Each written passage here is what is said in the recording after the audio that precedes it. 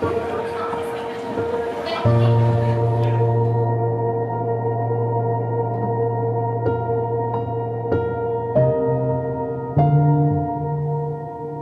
I'm Jackie. It's the second day of my journey through Japan. Today, I wandered through the calm streets of Kyoto and made my way north to the quiet shores of Lake Biwa. It might have been the slowest day of my trip, but also the most peaceful.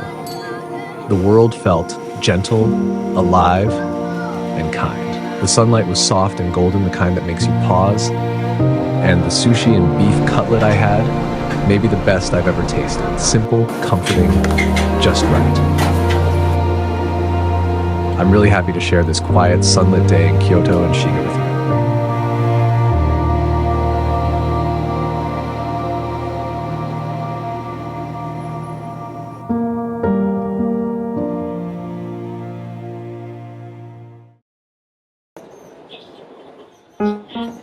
Today, I'm heading north of Kyoto to Lake Biwa. First, I need to change trains at Kyoto Station. Last time I was in Kyoto, I randomly discovered this conveyor belt sushi place near Sanjo called Musashi, and honestly, it was so good.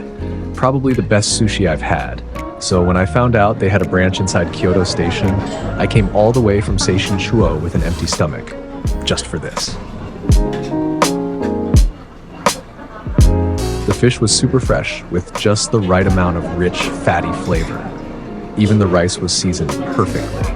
And with conveyor belt sushi, it's really hard to stop. Every time I grabbed a plate, I told myself, this is the last one. Then 2 minutes later, there I was, reaching for another. So in the end, at a place where most people spend 20 bucks, I somehow ended up spending 40. Unfortunately, my GoPro ran out of battery, or you would have seen the ridiculous stack of plates on my table.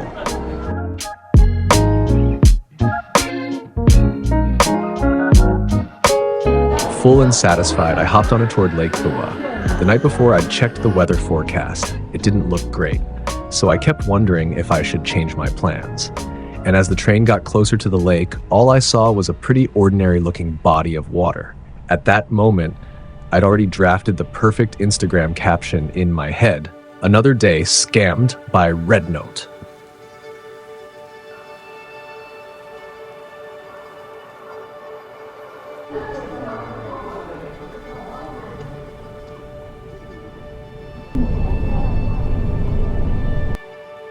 I took a bus from Shiga Station to the cable car station at the foot of the mountain.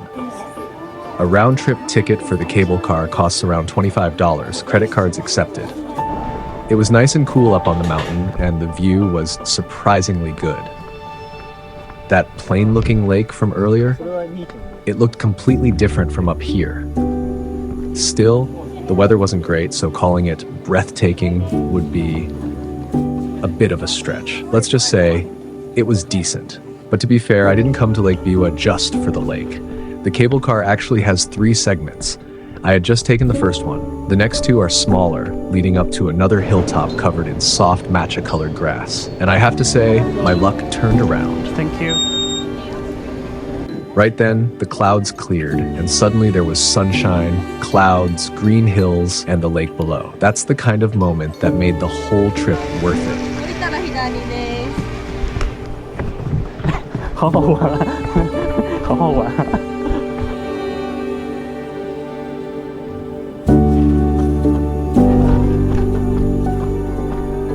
哦，好阴。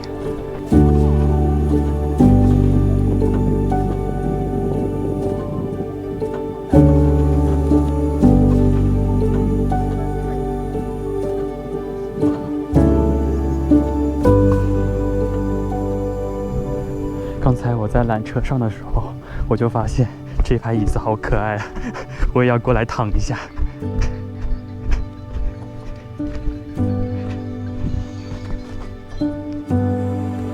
好舒服呀。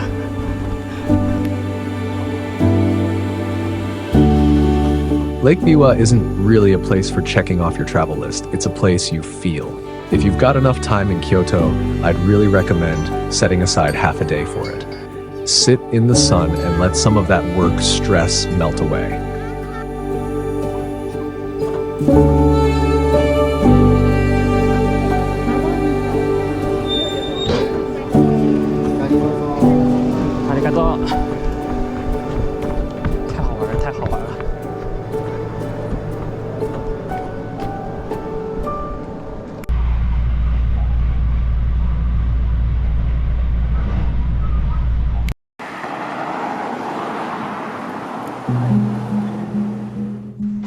Back in Kyoto now. Time to check into my hotel. I'm only staying here for a short while, so I just picked a small place near Kyoto Station. It was about $40 for the night. Honestly, the more I travel, the more I realize that hotels in Japan at this price point all kind of look the same. So if you're coming to Kyoto, I'd actually recommend staying at a traditional tatami-style inn instead. It's way more memorable. You'll feel like you've stepped into Doraemon's house, or Shin-chan's house, or Chibimaru. Actually, maybe not Chibimaruko's house.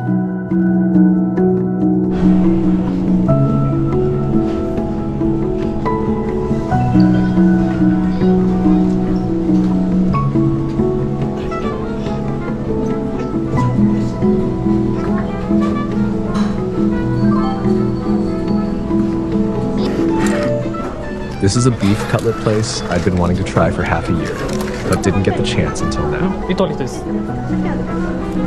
You order from a machine at the entrance, get your meal ticket, and then wait in line. There's a guide on the wall showing you how to eat it properly, step by step, to really appreciate all the flavors.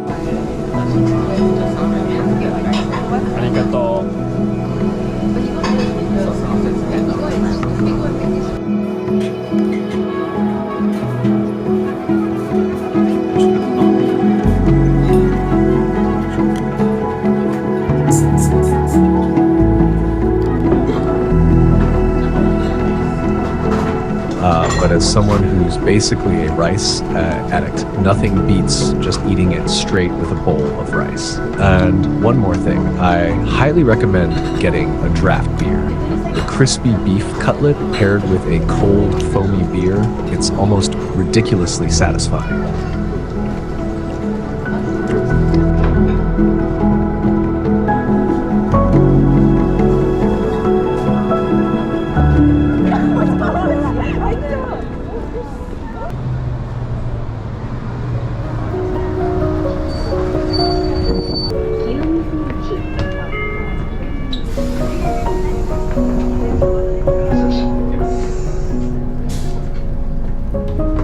It was still early, so I made a last-minute decision to visit Sannenzaka at night. I actually came here once back in March. Back then, it was packed. Way too many people, and honestly, not a great experience. But after dark, when all the shops are closed, the streets are almost empty. That's when you can really have the place to yourself. 还是有很多大聪明在这个时候占机位，比如说我。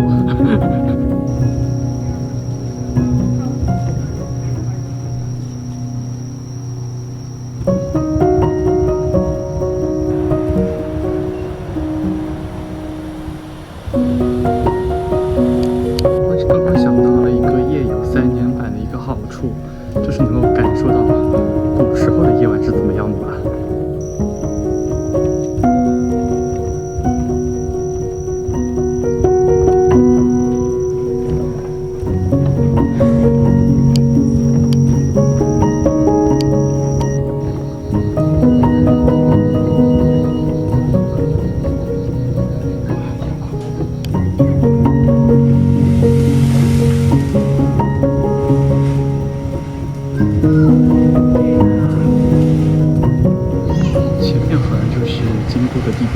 那个什么塔，就很多办签证的公司都会用那个图片来当做他们的那个头像。